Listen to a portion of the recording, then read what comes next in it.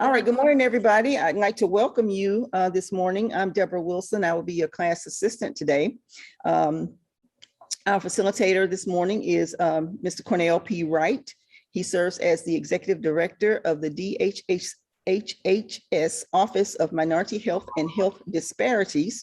He's a subject matter expert around the areas of health equity and disparities, minority health, and community engagement. Mr. Wright is an active member in the health community, serves various groups and organizations and boards, including the Patient-Centered Outcome Research Institute, where he serves on the Clinical Effectiveness and Decision Science Advisory Panel, and the Southeastern Health Equity Council as part of the National Partnership for Action to End Health Disparities. He serves as a co-chair to the Social Determinants of Health Committee. He's received awards and recognition for his contributions to health from various organizations. So I'd like for you to join me if you have signed up for Reaching Relationship Rhythms, Strengthening Team Synergy. Please welcome with me, Mr. Cornell Wright of North Carolina.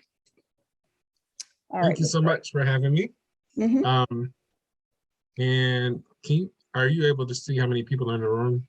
Right now we have 10. Okay, good. What I want to do, and I know this is unorthodox, I want to go around the room, people just like tell me who they are, where they're from, just really quickly. So if you can allow that to happen, that would be amazing. So we can see the temperature. Okay, so everybody is muted now, so you will have to unmute yourself and introduce yourself, and then you want to call them by name? I can. Okay. Miss Barbara Wells. Barbara Wells, Rocky Mount, North Carolina, pastor of Pastor Richard Allen Gerald of Metropolitan Baptist Church. Nice to meet you. Glad to have you. We also have Carolyn, Powell, Squires, and excuse me if I don't get your titles right because they don't show up. Good morning. I'm Reverend Carolyn Powell, Squires. I am the interim pastor of the Gillfield Missionary Baptist Church in New Bern, North Carolina, located in the part of the state. That's where my pastor's from. I have a brother in New Bern. Okay, excellent. Barbara Wells. I think I just introduced myself. Oh, is that you? Okay, they're coming back up to the top here. We have a L. Anderson. Now I got to test my memory this morning. Just not calling names I've already called. Good morning. Good to be here. Thanks for the opportunity to learn. I'm from Winston-Salem, North Carolina, Mount Zion Baptist Church. Dr. Serena Chichern, pastor. Which one? All right, thank you. We have John Shannon. Yes, my name is John Shannon. I serve as a pastor down here at Providence Church here in Edenton, North Carolina. And I've been enjoying the convention, the workshops thus far this week, and looking forward to some team synergy information today. Exactly. Thank you. Anita Holmes. Hi, sorry to be late joining in. Missed the introduction information requested, but I'm with Faith Health NC, friend and colleague of Mr. Cornell Wright. Had the opportunity to work with him when I was working at the convention with the Health and Human Services Committee and Center for Health and Healing. Glad to be here. Excellent. Mary Pendergrass. Took me a minute to get unmuted here. I thought I was. My name is Mary Pendergrass. I'm from Providence Baptist Church of Greensboro, North Carolina, and I'm the missionary ministry leader. You there? Excellent. And we have a Shirley Johnson. That's why we got to make sure we put Providence Edenton.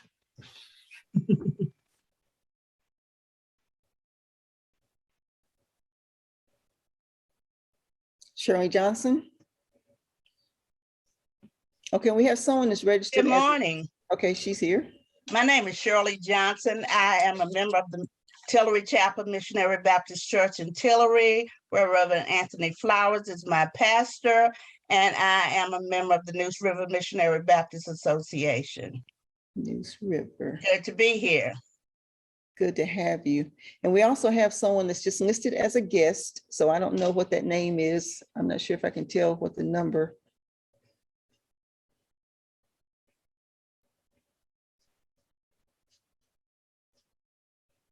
Okay, anybody want to own the name of guest? All right, so Mr. Wright, do you want me to introduce myself again or not? Yes, please. Okay, so I'm Deborah Wilson. I am the class assistant here. I am a member and associate minister at Reeder Memorial Baptist Church in Charlotte, North Carolina. My pastor is the Reverend Thomas Farrell Jr. And I will say before I turn it over completely to you, we will stop about 10 minutes into the before the end of the presentation to take questions. But again, you're free to put your questions in the chat as we move along. Or raise your hand and we'll try to recognize you and take questions that way. And so with that, I'll turn it over to you, Mr. Wright. Thank you so much. Good, hold on, I have to make sure. Good morning. We still have morning. Everyone, glad that you're here. We're going to jump into a presentation, but this is more of a conversation that's just going to be moved and motivated through some slides, but it's more of a conversation. So as we get through this conversation, please, don't feel like you gotta try to remember everything. The slides will be sent out to you that you'll have a copy of this. We're not going to go through every slide, but I may show you what's in the slide deck because I'll put a lot of stuff in the appendix to make sure that this information is reaching people. And so just very honored and glad to be here and just excited that, so many people from all over can be reached virtually. I know it's been some tough times that we've been having collectively and individually. And so I want to take a moment and ask Ms. Wilson if she could start us off with just a quick prayer and set the atmosphere correctly as we worship through information. All right, I'll do that. Gracious God, we thank you, Lord, for an opportunity to come before you to say thank you, God, for another day. We thank you, God, for this gathering. We thank you, God, for our General Baptist State Convention of North Carolina. And we thank you for the good work that they do all across this state and country. We thank you, God, for this time that we can pull aside and just discuss together how we can reach through relationships and team synergy. We thank you, God, for our facilitator. We just ask you, God, that you center him, give him words to say that will edify your people and glorify you. We ask these things in the name of Jesus. Amen. Amen. Amen. So just as an aside, just to let you know, we're muting everybody during the presentation, but we will unmute you or give you the ability to unmute when we start doing questions, just to make sure that there's not, unfiltered noise and other things happen. You know how these machines work, sometimes you hit the button, don't even know you hit the button. And then we start hearing about mama and them and, what's for dinner. And then I get hungry and it's almost lunchtime and I haven't eaten and then I'm distracted, So just the, safety precaution, we're going to mute our devices.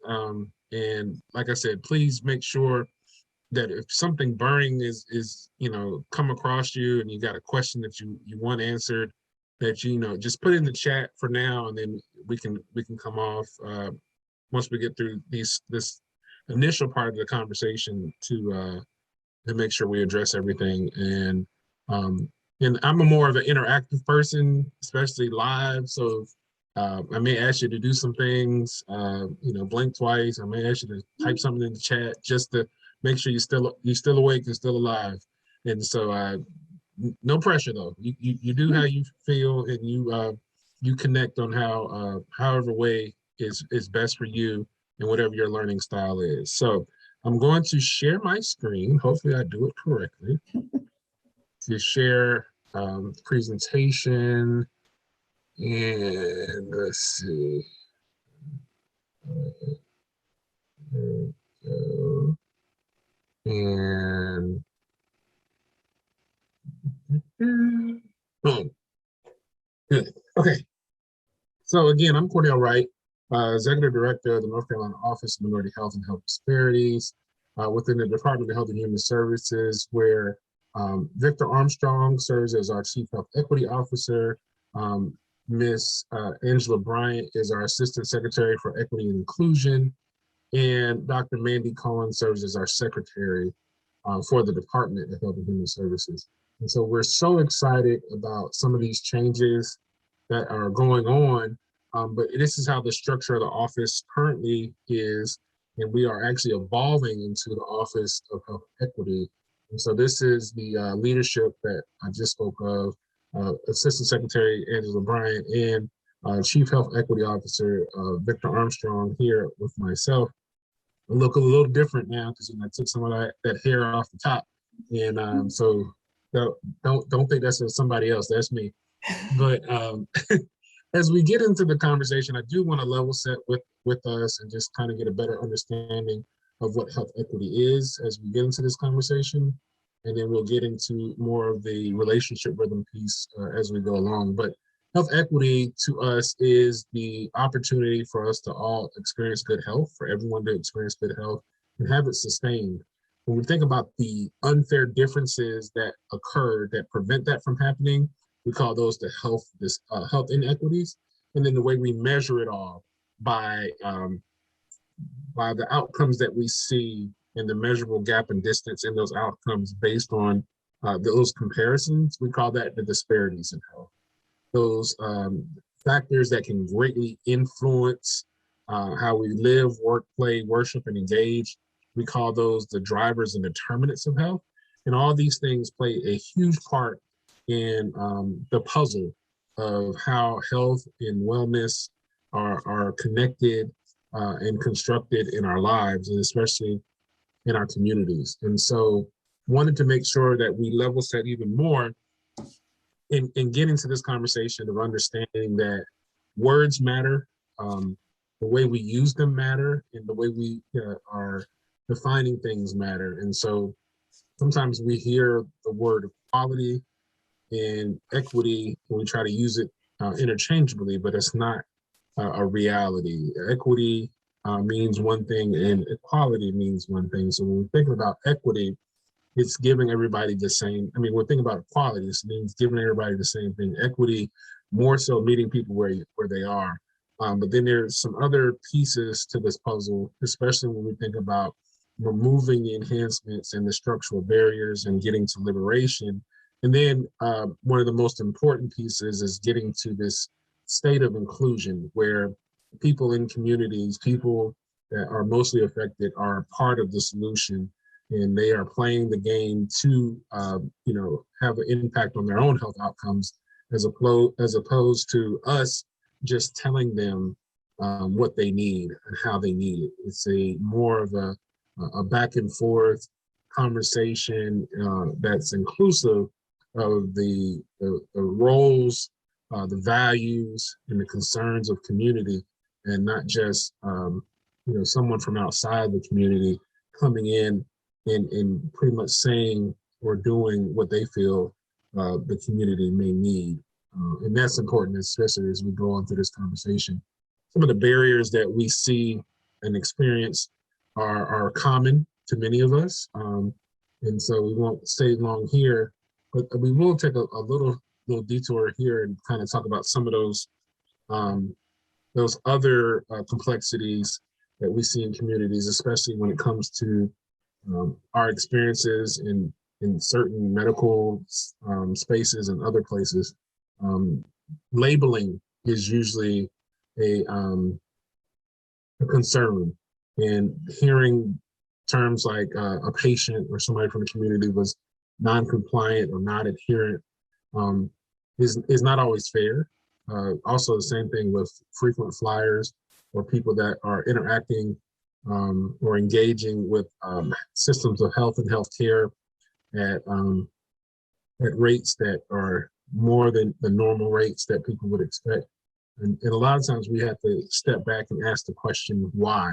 Why are people not compliant or not adherent to orders or medications and other pieces, and why are people in and out of these systems of health and healthcare. And it may be that we're not really getting to root causes, or there may be other complexities in terms of people have to work, and the times in which these establishments are open just don't work for people, especially when we start thinking about people of color in a lot of these spaces and places. Like, you want to take off, lose money, and can't provide for your family, or do you just try to tough it out? And so some of these choices are not always fair choices that we have to make. Other notion is this idea of practitioners practicing what is called colorblind care, where they say they don't see color in their patients, and they try to treat them the same. That's not always good for us, because you may need to see color in me. You may need to see that my experience is different than your experience, so I'm not minimized. And there's no one size fit all approach that should be taken, especially when it concerns people's, their lives and their health. And so another reason why some of this happens is where we live. Our geographic makeup could put us in connection or at risk for less connection to resources, especially when you start thinking about, internet access, broadband access, depending on where you are, even in an urban setting versus a rural setting. These things matter. Where you live makes a difference.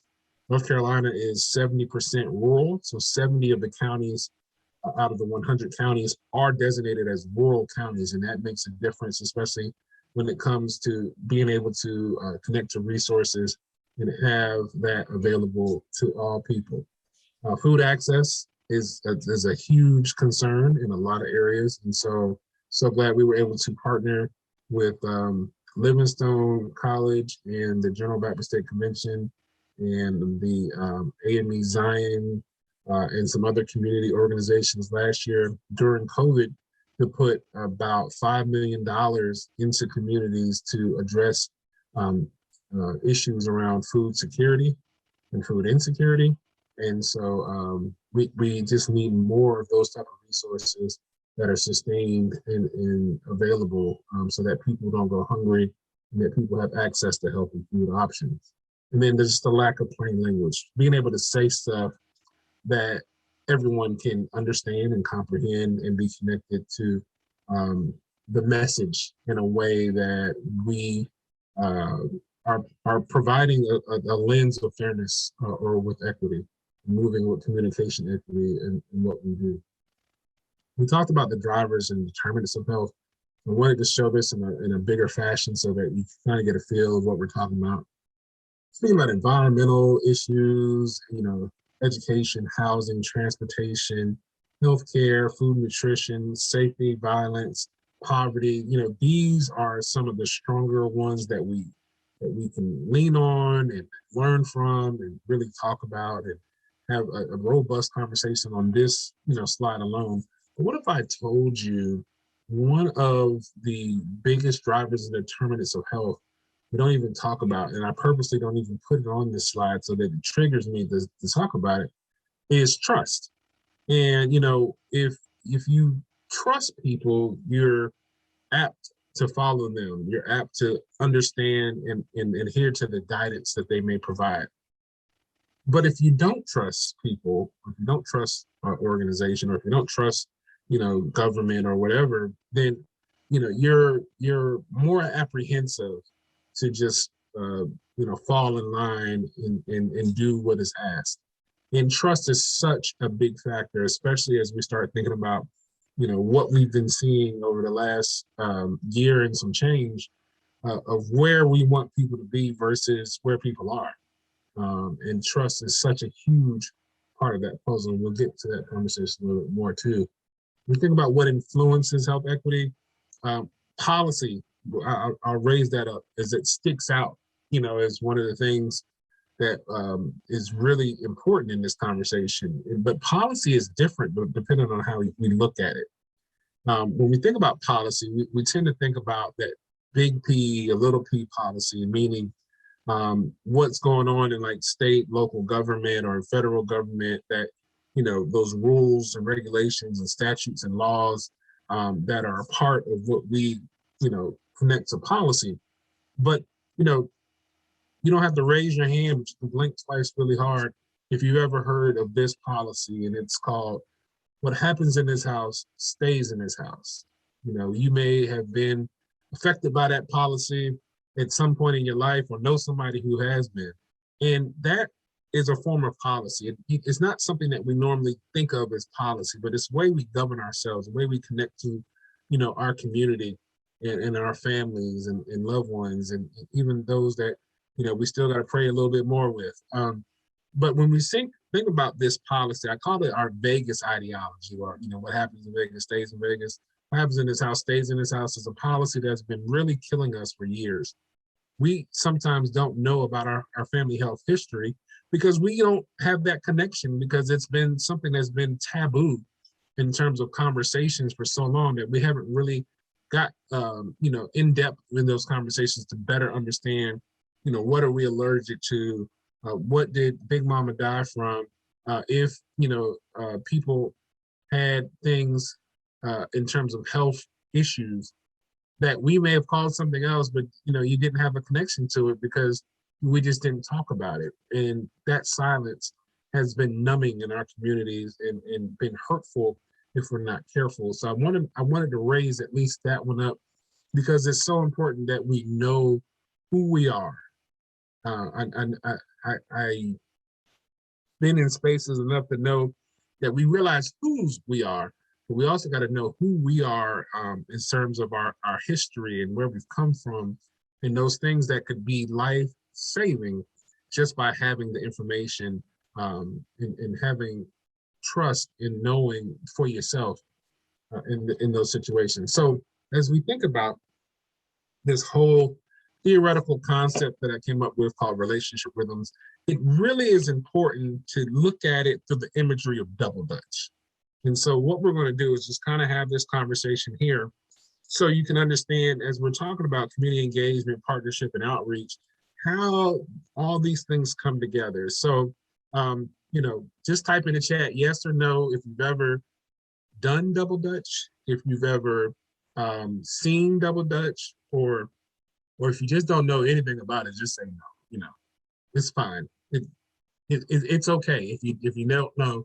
But for those that do know, it's always good to understand that when we're talking about the relationships that already exist, we're thinking about how important these things are in our lives and how important it is to really have a good handle on some of these pieces. So when we think about the community relationship, you think about the ropes turning. There are people on both sides of the rope. And so there is a relationship that is already built in terms of how the community connects to each other. Doesn't mean it's perfect, but it just means that there is some type of relationship. So the rope is turning, right? And that signifies that you got people on both sides. These are members of the community that represent the community. And the rope is turning, and it's got a rhythm to it. It's got a natural harmony of sense to it. So, you know, whether it's perfect or not is not what was up for debate. It's that there is some type of relationship. There is some type of connection somewhere. Can it be improved? Probably. Can there be things added to it? Probably. But we want to establish that there is a relationship here going on. As you're looking at this relationship and this point of entry is important to especially have access to the community. You know, the one thing you can't do is, as you're seeing this relationship going, the rope is turning, you just can't run into the rope, because many of us that do know about double dutch know if you run into the rope, you're gonna get clotheslined. And as you do that, you know, even just being too fast, as some older folk might say, you're being too fast, you're doing too much, go sit down.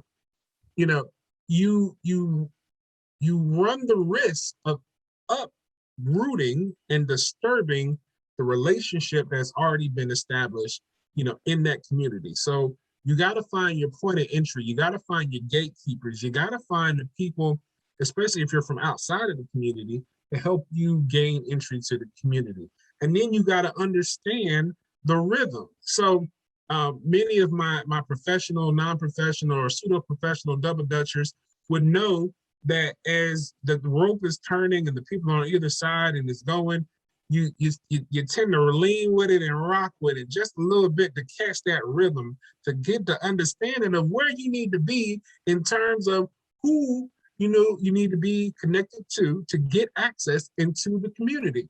And so once you're granted that permission, once you're given that grace, once you're given the ability to do so, then you start to learn from the rhythm that's already established. You got to sync up with that rhythm. And so as you're doing that, then you feel free enough. Okay, let's stop. You feel free enough to join in. If you've been invited, if you've been asked to come down that aisle, okay, that's a whole nother place. Sorry. You get connected and you jump in to the rhythm. You're in the community. You've been invited. You've done all the steps. You're jumping in community.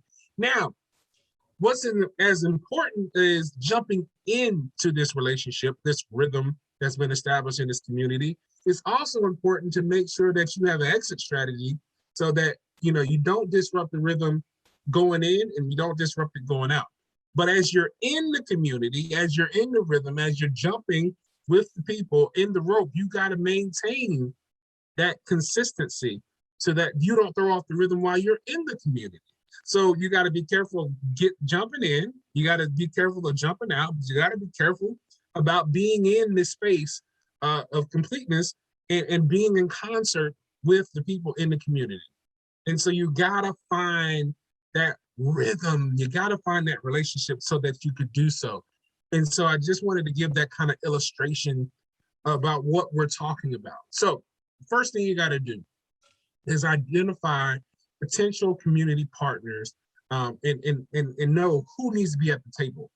It's so important because a lot of times we see things going on that don't really help us understand, why communities weren't involved in the first place. Like a lot of us will come to communities, and I look, I've seen it and I've been guilty of it myself, coming to communities at the end of something instead of having communities a part of this conversation at the beginning and throughout. So it's talking about having a seat at the table, but also having a voice with that seat and having value with that voice, with that seat. So that's important. And then as we talked about earlier, you're making sure we're observing and researching that community environment. That's when you kind of get connected to that rocket, that leaning and rocking is like, okay, now I'm getting more immersed with, the relationship that's already been established in this community. And now they're, get comfortable with me. And so let me not move too fast. Let me learn, let me observe, let me research, and let me be knowledgeable enough to be able to bring my best self into this community. The other piece is connecting with those gatekeepers that allow that to happen so you can get the entry points in different places. And then, we build trust and capacity. That is a huge piece. When we talk about building trust and capacity, it's about earning, building, and sustaining trust in all facets of what we're doing. And so the capacity piece is you bring something of value back to that community. What is something that the community or your partners can do together or can do without you? What is something that we can bring of value in this space that, is going to enhance their experience? A lot of times we've seen like researchers and other people just come in the community, take, and not leave anything or not even come back and tell you, this is what we took and this is what we found. And so we want to stay away from just being parasitic in our mindsets of just taking from communities and not ever bringing anything back. So the building of trust and capacity is so important. And as we've said, involving and engaging community partners at every step of the way, every step of the process possible is so important. And so this is what, when we talk about relationship rhythms, this is what we're talking about. Now, it's one thing to talk about it. There's a whole nother thing to really actualize it. And so I want to leave this quote with you where it says, health equity is not the sole responsibility of one individual or one agency, but the collective responsibility of us all to do better, be better, and help others. And that is true community. And so when we start thinking about that, like, what are we doing in the space of DHHS that helps promote that? Well, one thing is that we started in COVID this whole understanding that we have what we have coined the term historically marginalized populations, or HMPs, in our spaces. And these are designations that are based on not just race and ethnicity, but also on how people identify the systemic issues they've been a part of or connected to, where they live, and how they're labeled. So in a shorter kind of definition of it, looking at how people are identified by where they live in like rural areas, or if they're in disabled communities, or based on their sexual orientation or gender identification, if they're immigrants or refugees or disabled or homeless, veteran, those populations. This gives you an example of what we're talking about. And so we have to lead with trust. And like we said, earning trust is such a huge piece of the puzzle, but also, building and sustaining it is a part of that conversation. And, these are some slides that really kind of talk about where we've been in terms of getting that more flushed out in the work that we do and why it's so important. And then, the vision of this group that we created called the Historically Marginalized Population Work Group, that was started, in the middle of COVID, at the start of COVID, but has evolved to really, address some equity issues. And so we've got people that are connected in different types of communities and different types of spaces, whether it be from state government, academia, community-based organizations, faith-based organizations, and beyond, local health departments, health agencies, this collection of people, and we meet weekly to help resolve some of the issues that we see in our communities and provide resources as well. We have, 5 work streams that cover prevention, testing and screening, community engagement, health equity education and empowerment, and economic opportunity and employment equity. And these are so important because these are really equity focused work streams to help make sure that there's trust that's being built and embedded into practices and policies and procedures, and making sure that there's accountability on all sides, so that when we have these opportunities to build even greater relationships within communities, that we're not squandering it, and that we're building it on the long term to also build capacity with that piece. Part of what that looks like is this toolkit. And like I said, you'll get these slides, so you can click on anything that you see here. But the toolkits that we are, this toolkit is helping communities understand how to connect in spaces in their communities to talk to organizations. The weird thing is, people don't talk to people anymore, right? They may text you, they may call you. I mean, I've been in a room and been guilty of this myself, of just like, instead of talking to somebody, I'll text them and send them a message. That's not always healthy. But the problem is when it comes to moments of crisis, and one thing I love that Reverend Dr. Barr said in a presentation to this group one time is like, the church is constantly in crisis. And so, members of churches, pastors, clergy, leadership teams, we've become crisis managers of sorts, just by our proximity to crisis so often. And so in times of crisis, it's always seemed like, okay, now we need to go find everybody in the community, bring them together, and now we want to pay attention. No, what we need to do is have them involved in these conversations from the start, so that as these things happen, it's not like, let's go build a new car. It's like, let's clean off the issues in terms that we may have seen in a car. Like, do we need to replace the engine, or do we just need to put some oil in it? Like, how do we tune up, this machine that can be built and could be useful at all times, as opposed to having to buy or build a new car each time something comes up. So this toolkit has been very beneficial. It's been shared nationally and internationally with others to get some understanding and basis of how to work with communities. And this has really been awesome. So you couldn't have a presentation by me from somebody at DHHS without having a conversation about COVID-19. So if you are someone who has seen or heard this information, it's okay, because stuff is changing so often that we want to make sure you have the most up-to-date information. So I wanted to make sure that people understand that we don't want you to wait to vaccinate if that is something that you are interested in doing, because there's so many benefits of understanding why vaccination is very helpful for protecting not only ourselves, but others around us. And so as we look at this slide right here, this is kind of a illustration of where we are currently in terms of, we start talking about boosters, we start talking about first dose, second dose vaccines, we start talking about whatever, or primary series based upon the type of vaccine that you may be connected to, and getting a better understanding of 5 through 11. So let me break it down how it is now.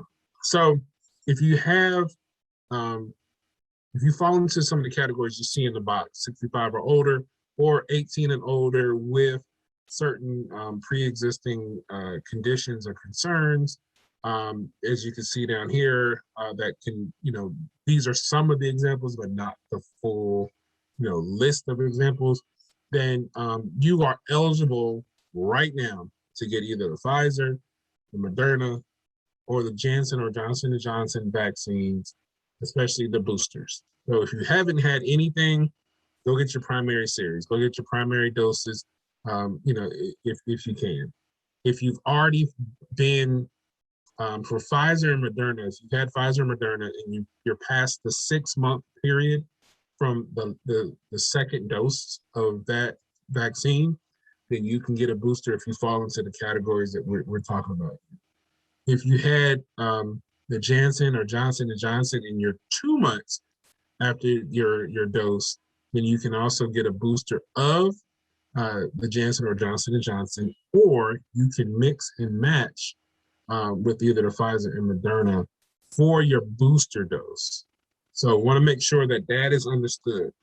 When we start thinking about what's going on and everything in terms of understanding how we connect and hear words and hear terms, when you hear about the FDA or the Food and Drug Administration or the CDC, the Center for Disease Control and Prevention, these are the bodies that help really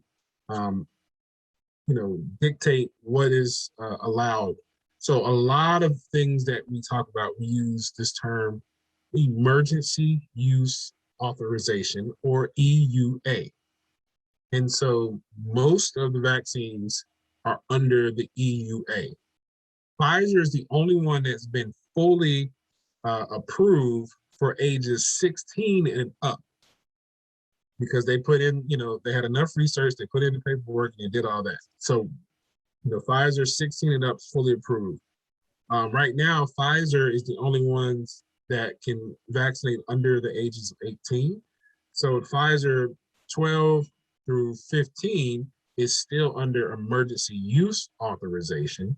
It's just not enough data to go and get the full authorization yet that has been submitted. But Moderna and Janssen or Johnson & Johnson are in the process of seeking out full authorization as well, but they're still under emergency use authorization. And so, people tend to always say, or some people tend to say like it's moving too fast. It's actually not moving fast. It's just that the systems, have checks and balances, and we were seeing so many people die, and we needed that balm in Gilead, or that source to really help us be healed and be whole. And so many people have been able to be healed and be whole through the vaccines. And so as we start looking at what was approved yesterday by FDA for ages 5 through 11, more information is going to come out and get more guidance as it's opening up. But those vaccines potentially could be available as early as next week. And so we're keeping our eye on that and make sure that we get that information to you as well. Just some more information about boosters and mixing and matching. And we want to make sure people are encouraged to talk to a medical professional if you have questions, concerns about your individual situations and your health situations. I am not a medical professional. I am not even a doctor. I just know what I know because I'm in these meetings all day, every day, and help shape some of the policies, practices, and procedures, especially for our communities, and want to make sure that our communities are informed.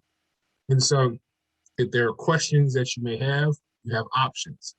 You can find your spot. If you need a vaccine or you need a booster, you can go either to our call center at 1-888-675-4567. That's 1-888-675-4567. Or you can go to myspot.nc.gov online and get information about vaccines, information about other things, and also find the spot. So if you come across issues, make sure that you understand that testing is still going on and is an important factor of what we're doing. And if you actually come across the issue of someone or yourself that may be exposed to COVID-19, there is a treatment called monoclonal antibodies that may be, able to mitigate any issues that we may see with people to help prevent severe illness and death within a 10-day window, or even shorter. And so if you feel as if you were exposed, or if you feel like you may be getting some symptoms, find out if monoclonal antibodies is something that could be helpful if you actually are diagnosed with having COVID-19. This is an issue where people may get exposed and have adverse side effects or may have some issues going on with them. The monoclonal antibodies will put, they've got some that are coming out now that they can be done by mouth, but there's like an injection of these antibodies into your system to help fight off COVID. And you might not see the effects of that happen instantaneously, but within 24 to 48 hours, a lot of people have expressed getting better and feeling better from their situation. So this is an option that we need to know that is available if people are exposed to COVID, whether you've been vaccinated or unvaccinated, because the Delta variant really changed the game on how we looked at COVID from last year to this year. And it was more potent and easier to spread in terms of our communities. And we want to make sure that people are safe and can get the relief that they need. So this is some of the resources that are available online that you can get information about at-home testing. There's a whole video library that exists for information about COVID.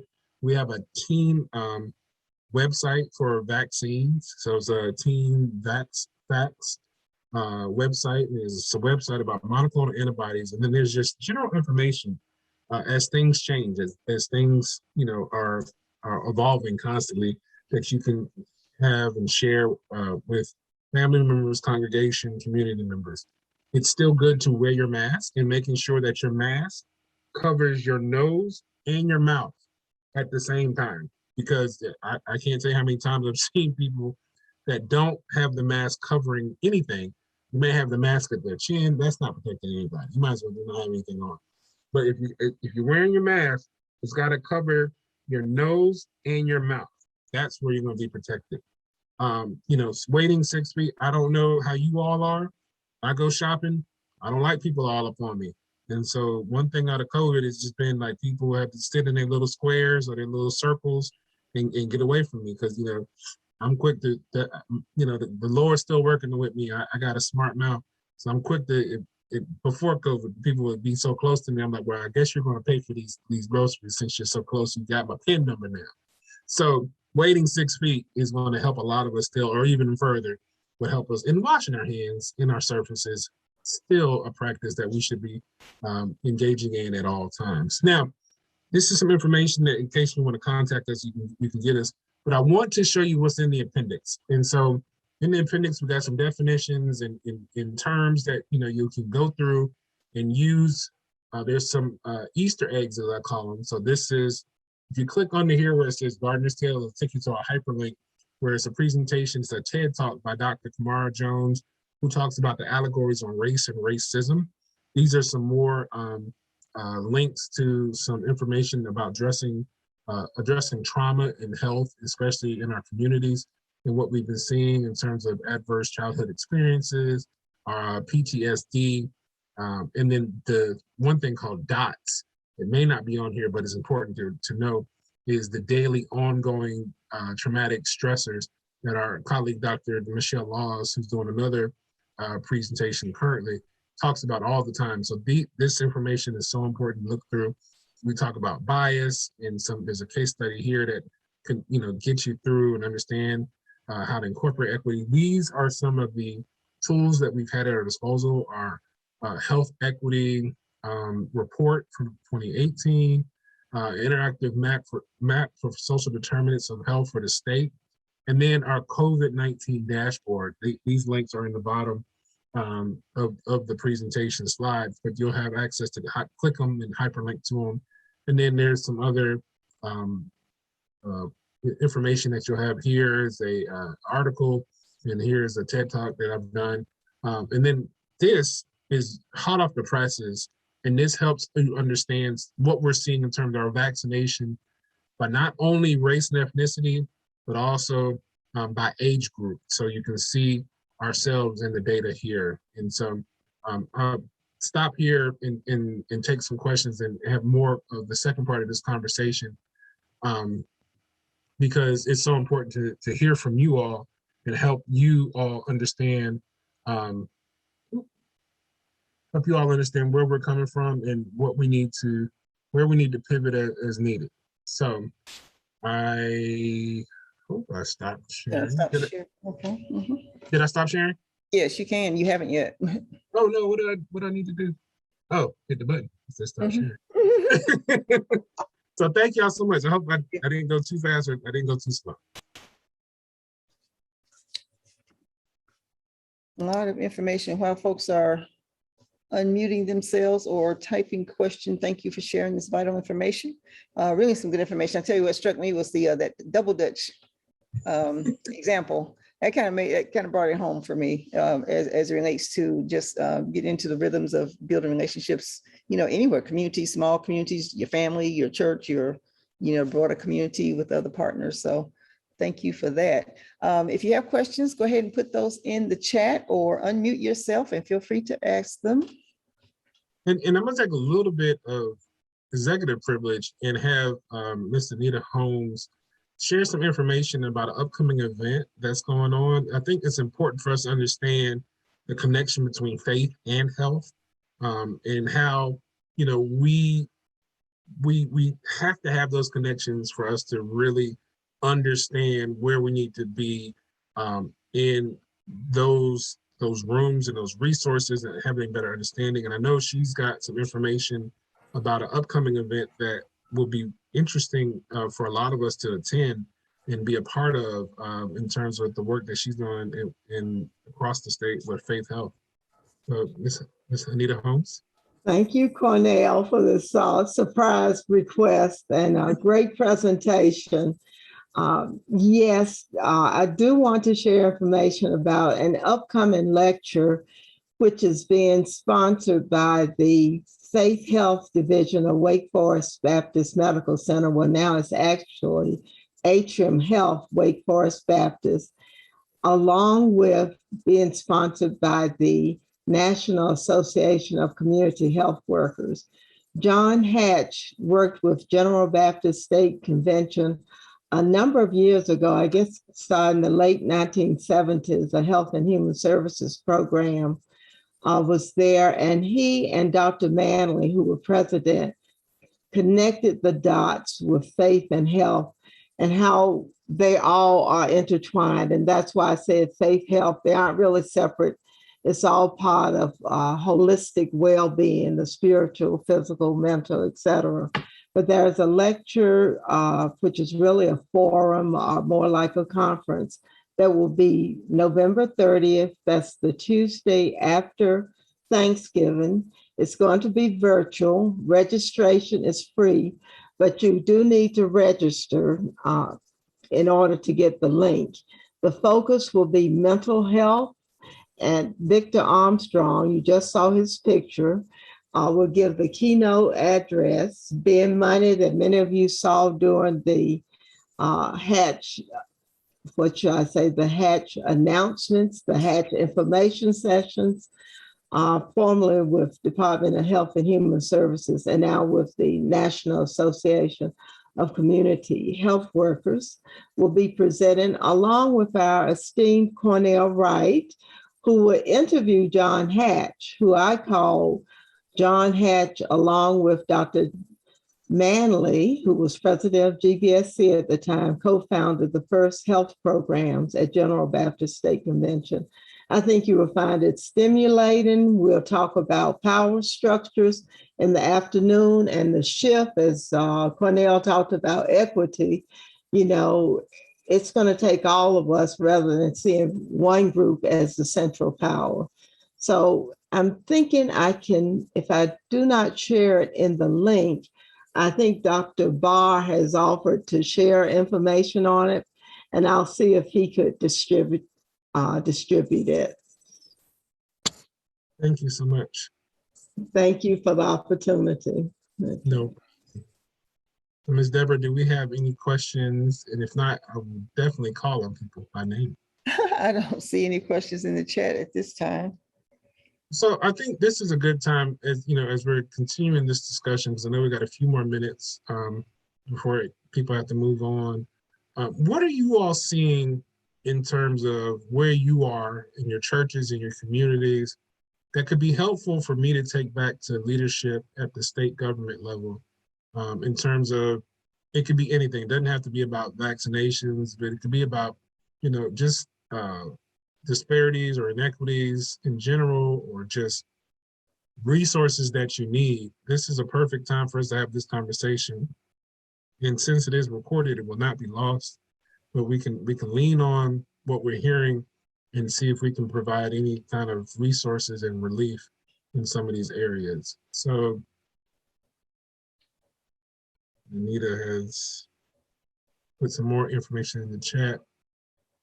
So Miss Carolyn, what's going on and where you live?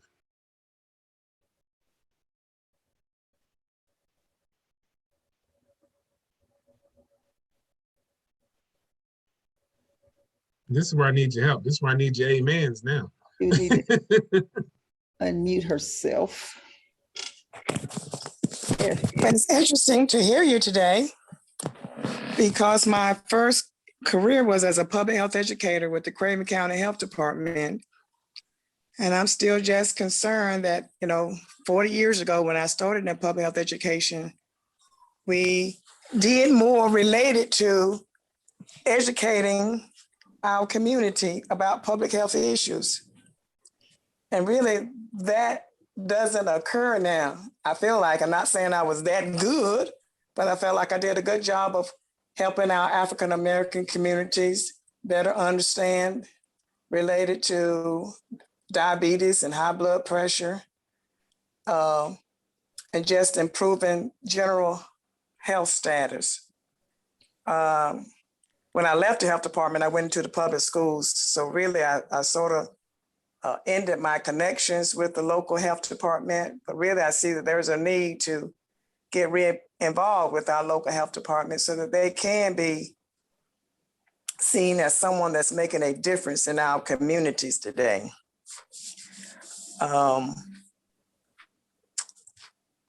With the COVID-19 vaccine,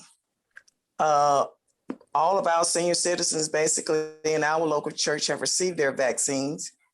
But the young adults, my son included, still have reservations about receiving the COVID-19 vaccine.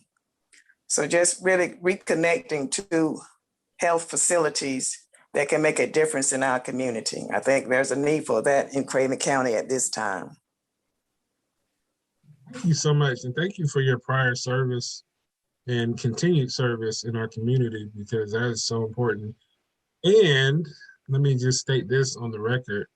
I was actually born in Craven County, so got a little soft spot for that area. And so what you're bringing up is very important, very meaningful, especially when we're thinking about our young people.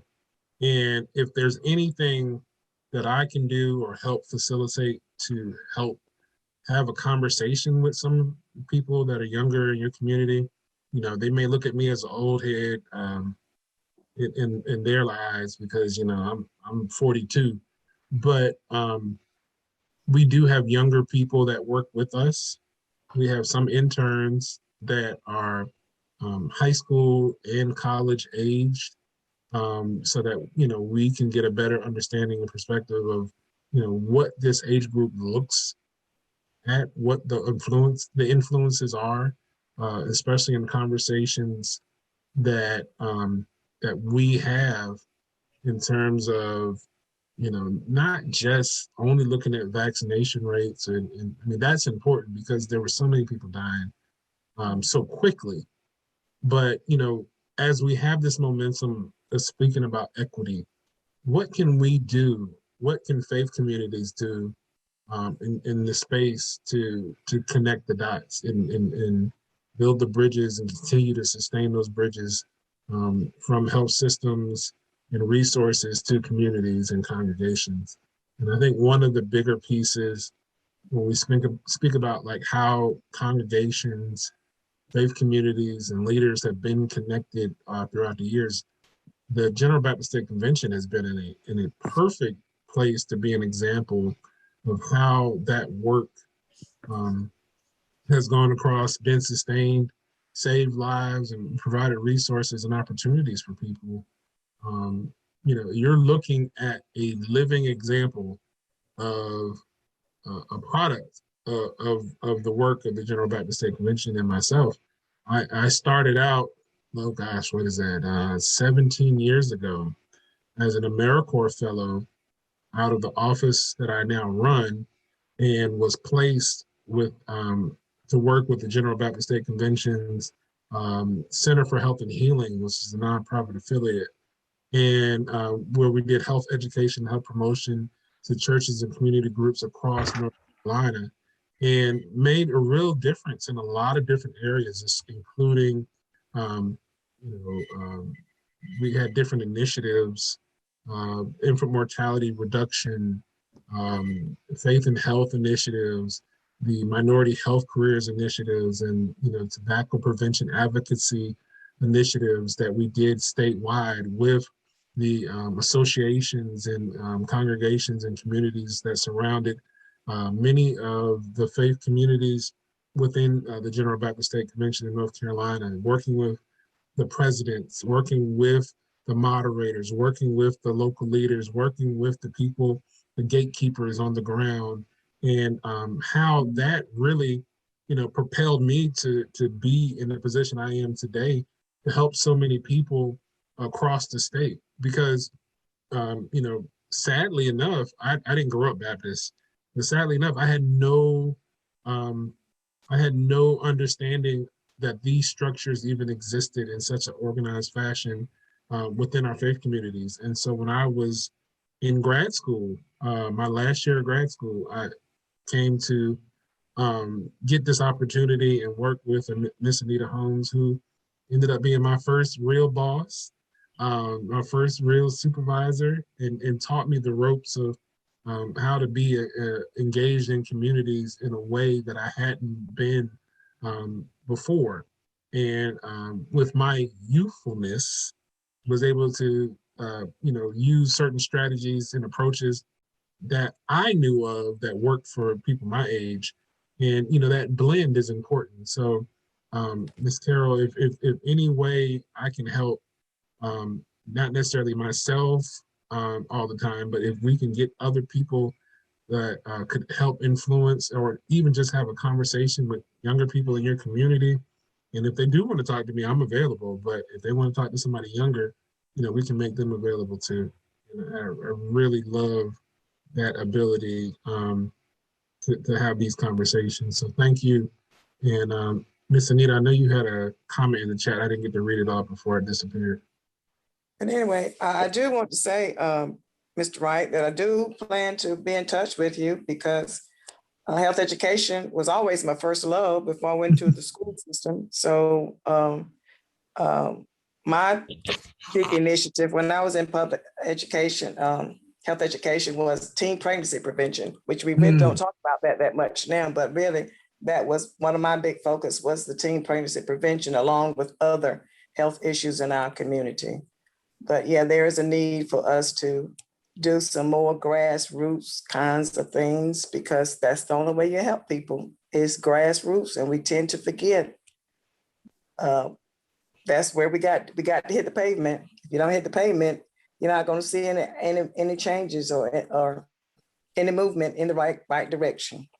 So yes, I plan to touch base with you at some point in the future. Yes, ma'am. Thank you so much. Thank you, Carolyn, Miss Carolyn Powell Squires. Squires, great to meet you virtually. Cornell, my question was please share how the faith community has and can further shape the health equity agenda. Are there unique roles that you see that we can play in and that you've seen, well, I guess, successful models of doing that? Definitely. I think one of the things is we've got to stop being afraid to tell the truth, right? We've heard so often that the truth will set you free. And it's not just some type of cliche kind of saying that people say to make themselves feel good. It's actually real. A lot of times we can tend to only show the good things that's going on and not show the struggle. We know the struggle, we live the struggle, we endure the struggle, but we don't want to report on the struggle sometimes. We don't want people to think that we're less than. And I think to really get to the heart of the issues, we need to be vulnerable. We need to show, hey, we got people over here that can't keep their lights on. We got people that can't buy food for their families. We got to report on that, because if people in positions of power and influence don't understand how real something is, then they're going to just, kind of nonchalantly brush by it. But if you keep it in their face, and you continuously report everything, the good and the bad, then it gives more context into what we're talking about. Yeah, we don't have to give people the keys to the city, but we do need to let them see the other side of the tracks where it's rough, where people are struggling, where people are having issues trying to survive day to day. And we need to be authentic into who we are in that space as we are authentic in other spaces. This is a great golden opportunity to do that. Sharing information, using our church bulletins to share information and resources. We know that a lot of people have a hybrid of being online and a hybrid of being, in person. And, there's so many different touch points in our communities right now that we have to make sure that we're taking advantage of these opportunities in a good way, so that as we are, setting that agenda, setting that tone, that it's not just, oh, we're doing great, we'll be okay. No, we are doing great here, but we're continue to struggle in X, Y, Z, and kind of mapping that out would be extremely helpful for a lot of cases. Good.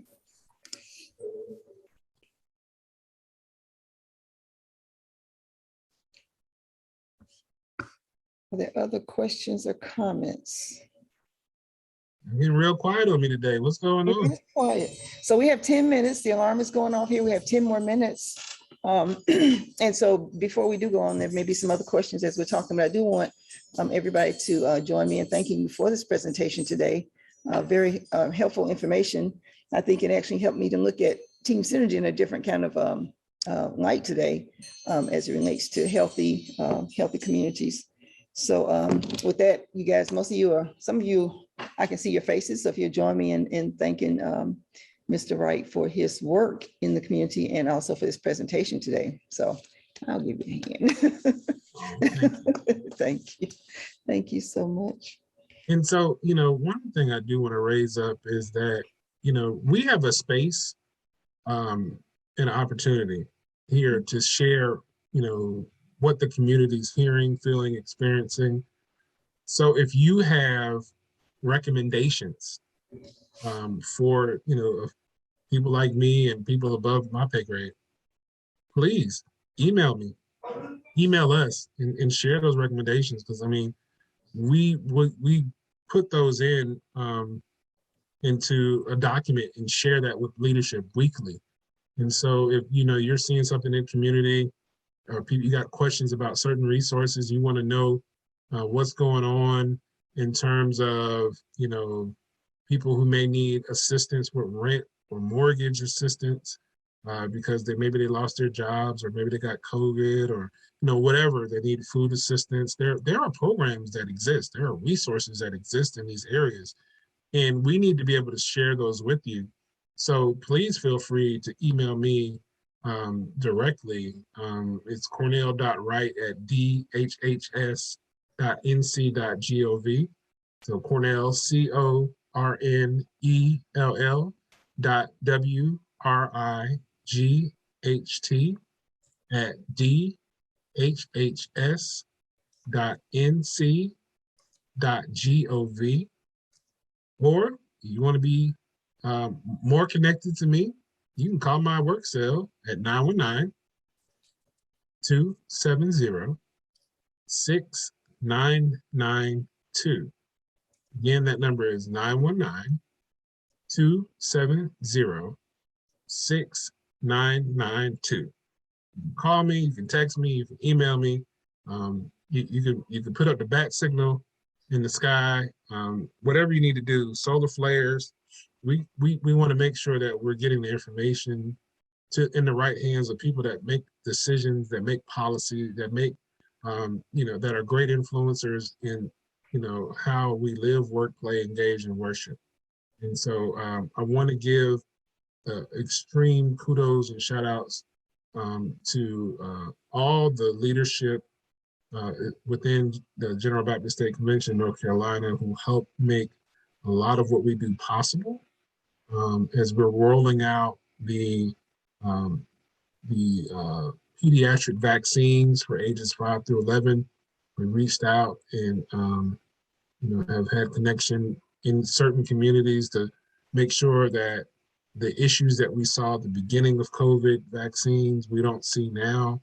Make sure that there's more access and accessibility to people that want to get vaccinated, to have those connections, people that want to learn more about how we connect to each other. We have that ability. And I think one of the bigger things is making sure that people understand who we are in terms of culturally and linguistically who we are. How do we talk to each other? How do our norms in our communities speak to some of our experiences? And how can we make sure that the lessons learned are not lost on a whole new generation because they have different approaches than us. So we got to open up our hearts and our doors for people in our minds to sometimes think differently about how we get something accomplished, that it may not look like how you did it in the past or how it was done in the past. But if that is what's going to work, I promise you, Ms. Anita Holmes would have never probably approved half of the things I did to get the word out for some people. I mean, I used to promote parties for the club. And so we had so many different approaches and strategies of, using handbills and different things. And some of those things work to tell, to educate people about public health. And so, I didn't always ask for permission, but, but I did get the job done. And sometimes we got to be in a position to take a different approach to get the right results. And so I thank you all for this time. We got about 5 minutes left, so I will stop talking so you don't have to hear my voice for too much longer. And I do appreciate you for being here.